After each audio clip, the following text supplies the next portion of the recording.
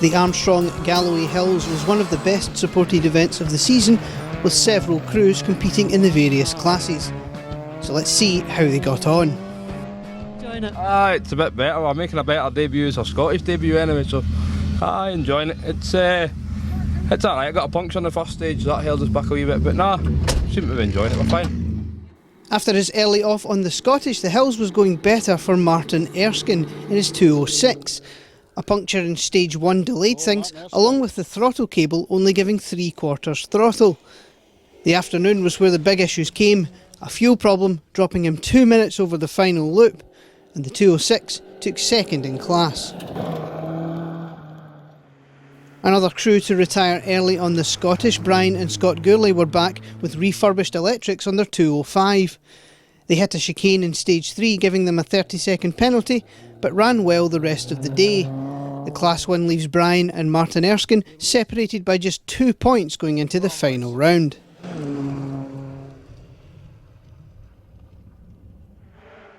Jordan Anderson and Claire Mackenzie had fitted new engine mounts to the 306 after some issues on the Grampian. Jordan finding the faster stages were suiting both him and the car. A mistake-free run saw the 306 pilot take the Bob Shepheard Jr. win this time out, keeping himself right in the junior title mix and strengthening both his and Claire's chances of taking the C3 championship. Yeah, good. Bit of misfortune for the others, but took advantage of that and stayed on the track. Good. How does that leave the championship, do you know?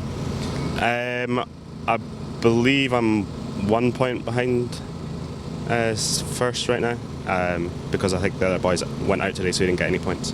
So in touch for the next one. So I was going to say that leaves it all wide open, doesn't it, for the next one here, which you'll be there obviously. Definitely will, yeah. But you've enjoyed the stages today and everything? Yeah, excellent stages, yeah. Fast and committed, just I like them like that, so I keep the foot pinned. On only his second event in a Mark II Escort, Brian Ross had an excellent run.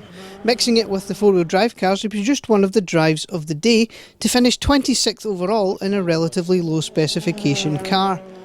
Brian was also impressed with co-driver Jamie McTavish's job on the notes all day. This result keeps Brian in with a chance at the C3 title with 1 round remaining. Yeah, we're all good. Yep, it's a bit damp. Midges are on heat today, eating. But no, it'll be a good day, I hope. Hopefully. Subaru Cup thoughts? Well, it's really close, so I think we just need to get round and see what happens at the end of the day. I don't think it's a day for heroics, but it's a really tricky one. It's really tricky.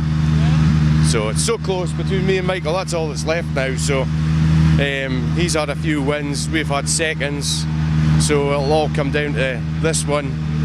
And the next, well, it'll just be right down to the wire till Carlisle, and then drop scores and see who wins.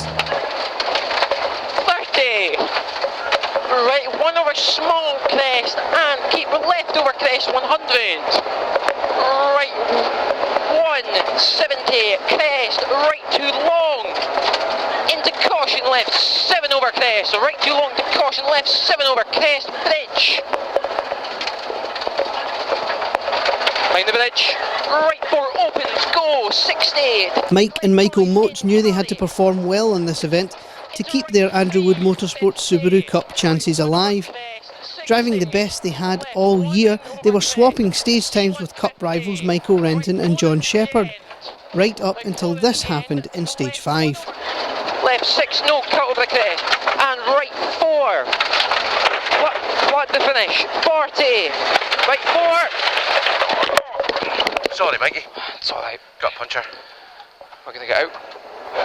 Not all driver error, they discovered a rock had burst a tyre on impact, despite them not feeling it in the car.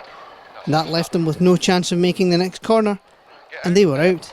Well, we got the finish in the Grampian, so we're having a bit of a push now. So I think we're sitting further ahead than I think we both expected, and where we probably should be for the car. So no, we'll go out, we'll get it checked over, get the boys in service to look after it, and go for a big push in the afternoon, I think. After his rallying debut on the Grampian, Cameron Black was back for more on the hills. With John Jack alongside this time, the 323 pilot was flying. Full of confidence in these stages, they arrived at service tied on time with Rue Campbell's Sunbeam. A big effort in the afternoon saw the Mazda edge the Talbot out by just 1 second at the finish. 7. Then we're going to have a long right 7 opens, loose, and small crest. Well held, well held. Small crest, long left 3, keep in over crests. Michael, how are you doing? Are you all set and ready to go? Yeah, we're good to go. We're just out for fun, so go and see what we can do and enjoy it. Subaru Cup thoughts? Get to the end of this one, is where we're at, and then see what happens in the next event and just go from there. We just really want to finish this one. I've not finished this one before, so that's the aim of the game today. Well, that's the goal. That's good. Right, well, I take it you've sorted everything with the car? Kind of, yeah. It's there and thereabouts. It's holding up just now, so we'll see what happens at first service and yeah, hope for the best. And crest into left 6, C70 over crest, caution right 5 in over crest, left 6 in over crest, jump, right 5 in over crest, left 6 in over crest, jump, loose ahead, oh yeah, loose ahead, double caution, right 6 crest, knock off, sorry Mr. 3, sorry Mike. You done it again! Left 5, long left 2, long left 2, Jesus, car off, long right 2, into left 4. Into left 4 here. 70. And making it 4 wins out of 4, Michael Renton and John Shepheard's almost perfect season continued. Despite some concerns over the rear suspension, they took both the Class and the Subaru Cup win on their way to 25th overall. We're doing great, aye. I tell you, you get a certain age in your life where self-preservation kicks in, and by God, these stages make you realise that, you know, I'm just not brave enough, is the war cry. Andy Kelly and Roy Campbell had announced before the start that the Hills was to be their last ever rally. Determined to finish on a high, they were cruelly robbed of a finish with engine failure on the last stage, almost within sight of the finish line. A disappointing end for 2 SRC legends, backed up by their legendary Kelly's Hero service crew throughout the years.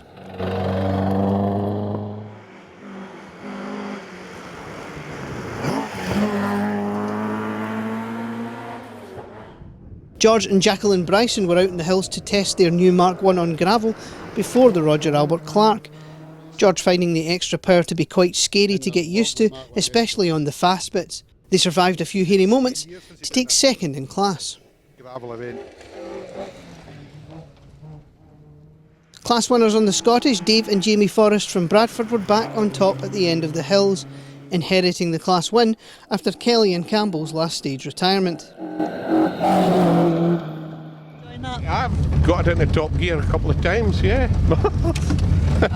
Frightened myself, yeah, great. Yeah, no, it's super, yeah. Yeah, this is more like what it should be. This is, yeah, very enjoyable, yeah. Really enjoying the stages, Ian and Don Milne were very happy with how their day went. Ian finding new confidence to really push on the fast sections on their way to 4th in class at the finish.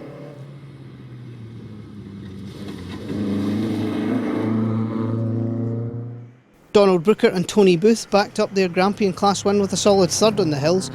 Donald, another preparing for the RAC, and was happy with a trouble-free run.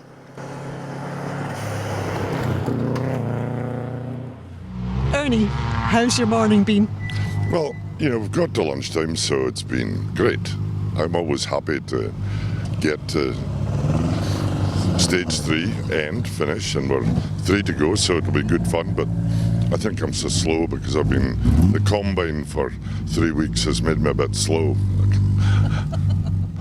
Ernie and Patricia Lee finally had the upgraded engine that let them down on the Argyle back in the car after a rebuild. Up around 40 horsepower over the old one, Ernie was finding he was having to think a bit more about what gear he needed to be in as he got used to the extra poke. Still, it sounded great.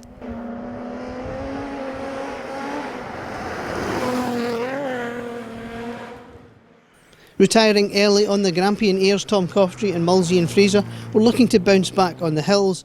Despite having 4-wheel drive in their Mitsubishi Galant, they found the roads to be very slippery in the morning. The afternoon went much better, and they would take the H2 win by over 3 minutes.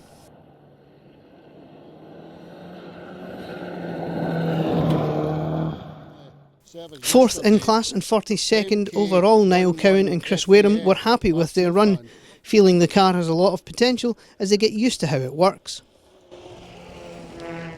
That's Niall Cowan, senior.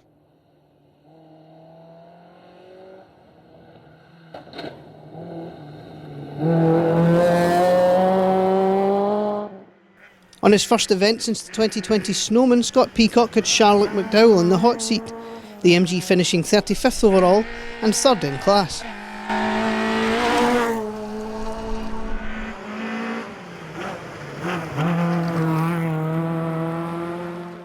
On their local event, Niall Cowan Jr and Callum Shank's day started badly with a broken drive shaft on stage 1. Left 140, left 6 in. Left 6 in here. And right 7 in. Crest 50, turn left 8, ditch outside. Oh! Left 8, left 8. Broke something. Oh, yeah. 60. Right 9 in. Right 9 in. Broke a shaft. You're okay. C40. Right 1 over crest, 50. Left 5 over crest.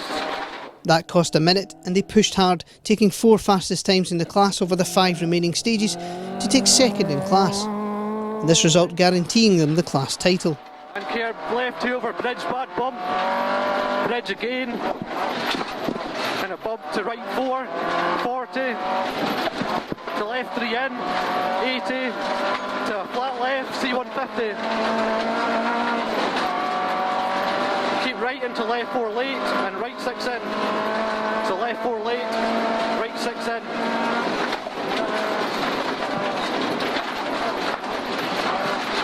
Into crest, left 4 in. And right 2 over crest. C70 over crest. To right 4 over crest. 100 up. Happy to bounce back after their Grampian retirement, Fraser Smith and Stephen Brown took the Class 1 in their Civic. Fraser delighted to have a clean run in the forests after a tough year.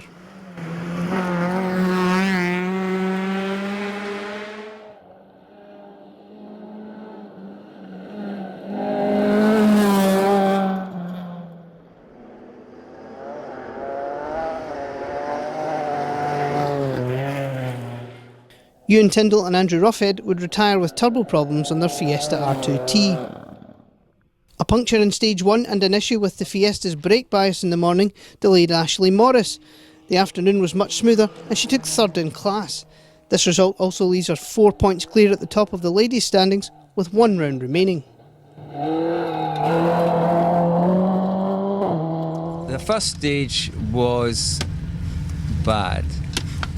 We forgot to press the button, the critical button, the stage button. So I drove through as if I was going shopping. I thought it wasn't making the proper noises, it was only we got to the end, so that was a bit stupid. Schoolboy error. And we made another error. We forgot to put the camera on, which is maybe just as well, so nobody can laugh. And then the navigator puts his hands up and says, I missed a page in the notes.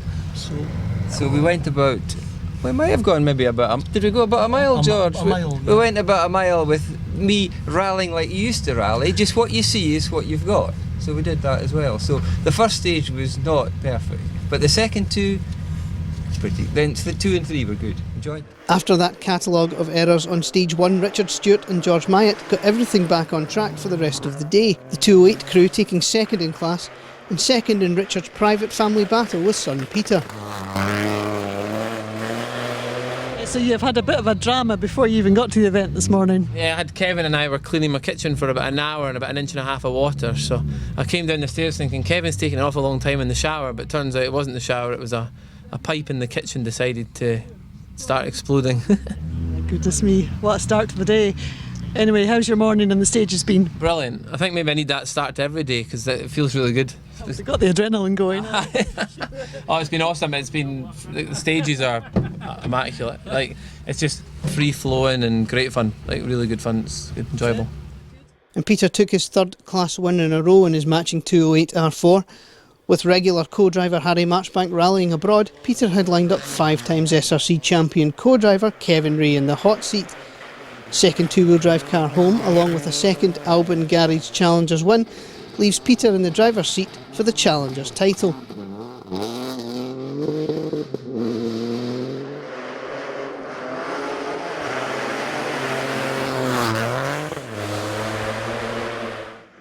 Paddy Munro and David O'Brien would officially retire in SS1 with a crank wheel failure. The G&M mechanics would sort the car in service and they were able to get back out for a bit of fun in the afternoon.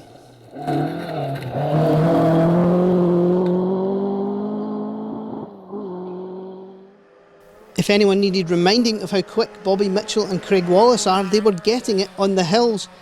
Absolutely flying, the Fiesta was bothering the big Escorts over the opening loop. Short left 6 in, into right 3 in, 50, right 1 over crest, 60, left 1 over crest, C150 over crests, to late right 3 in, left 1 on crest, 50, right 1 over crest and left 1, and left 2 in, 40, right 1 over small crest and right 2 in over crest, 180, right 3, don't cut at the end, into long left 4, keep in.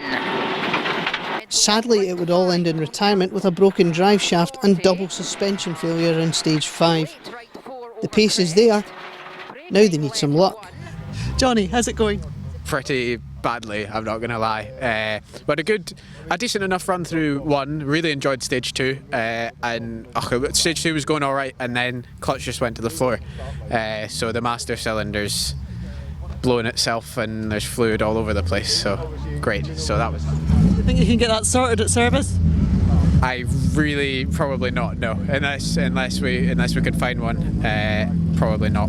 So it could be an interesting drive even into service. But yeah, it was certainly interesting getting off the stop line in the last stage. Yeah, oh, that's a real shame. Yeah, because you were quite hopeful about the juniors. Well, yeah, exactly. I just needed to sort of get through them all and get a finish. But so we'll see. I don't know.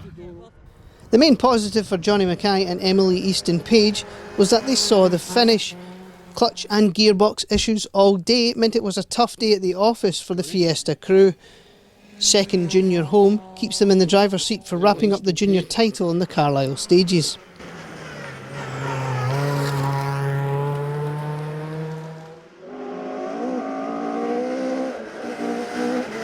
Stephen Wood and Jim Robertson would both fail to finish.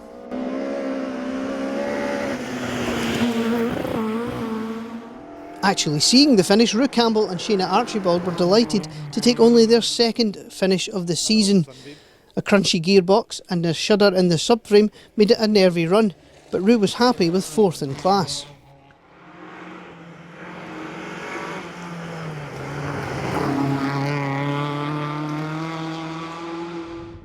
'39th overall and 3rd in class, Alistair Brearley and Paul Barbett were also happy to take their second finish of the season.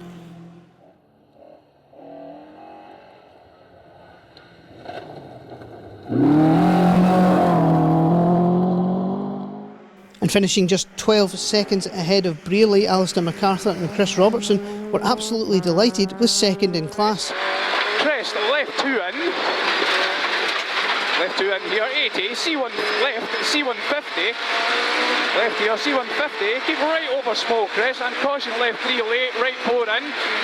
Left 3 late here, right 4 in. Crest, left 3 in. Right 4 in here, crest, left 3 in. And right 1 over crest, C70 over crest, and caution right 3 over crest, jump 100, watch this one. 100. Getting used to the new gearbox, they found the rev limiter in top gear a couple of times throughout the day, and their only big issue was an off in 4, forcing them to stop and check the car before continuing. Scoring a perfect 4 wins out of 4, Mark McCulloch and Michael Hendry would also wrap up the Scottish two-wheel drive title in Mark's home forests. The hardy Escort crew enjoying a good battle during the day, with Irish visitor Shane McGurr in his rear-wheel drive Toyota Starlet.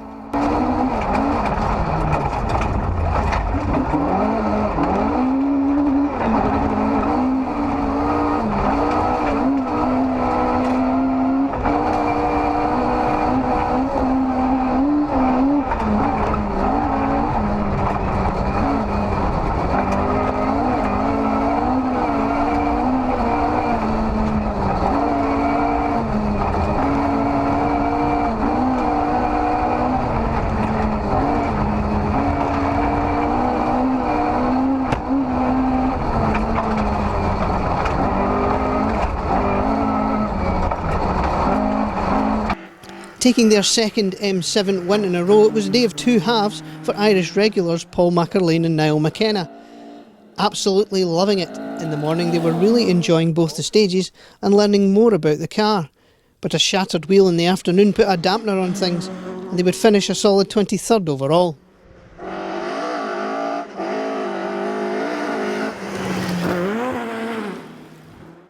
Graham Sherry and Ewan Leesy's day would end early, stuck in a ditch in SS1. We're having a better day today. Still got problems, but only electrical ones. He can't hear me, but I can hear him, so that'll do. Is that right? We're not listening to him, trust me. Not hearing him is like a pleasure. Well, you don't know, you could just be talking to yourself. Yeah, I usually am, don't we? Yeah, even when I do listen, I don't listen. 31st overall and 4th in class, Jan Budge and Bruce Lindsay were delighted to finally see the finish after a really tough season. Intercom problems were an issue, but the big positive was the fact that the new engine was finally running properly, after so many teething problems.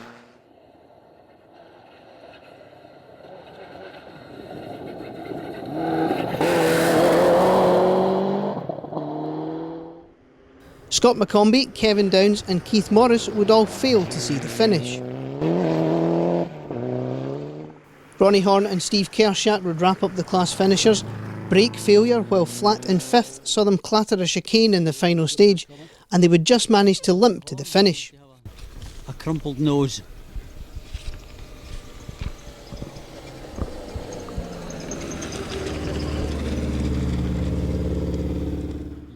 Unfortunately delayed when they caught the limping Horn on the final stage, Aileen and John Forrest were happy with the rest of their day, although they reckoned the delay behind the Impreza was enough to allow Ashley Morris to snatch the ladies' win from Aileen on the final stage.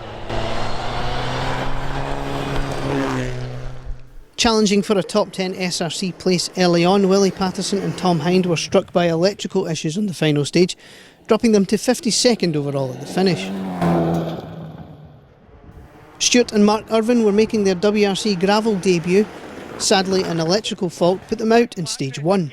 170 all the way to the tree line and square left. 40. Max right over crest. 80. Mid over crest. 170. Slippy braking down into 8 right. Slippy braking down into 8 right. And crest jump 2 left.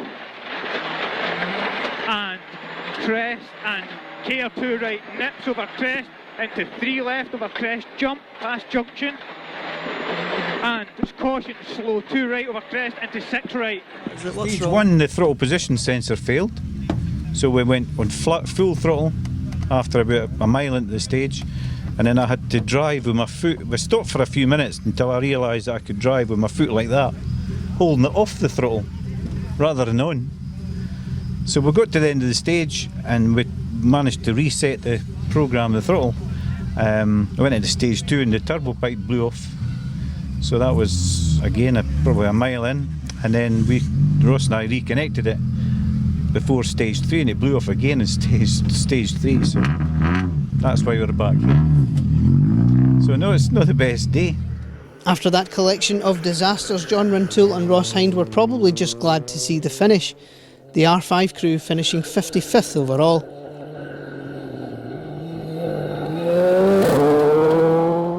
And 24th overall was another good result for Bob Adamson and Jane Nichol. The Fiesta finishing just 10 seconds down on McArthur and McKenna's Mark II Escort, as Bob continues to learn the R5 game.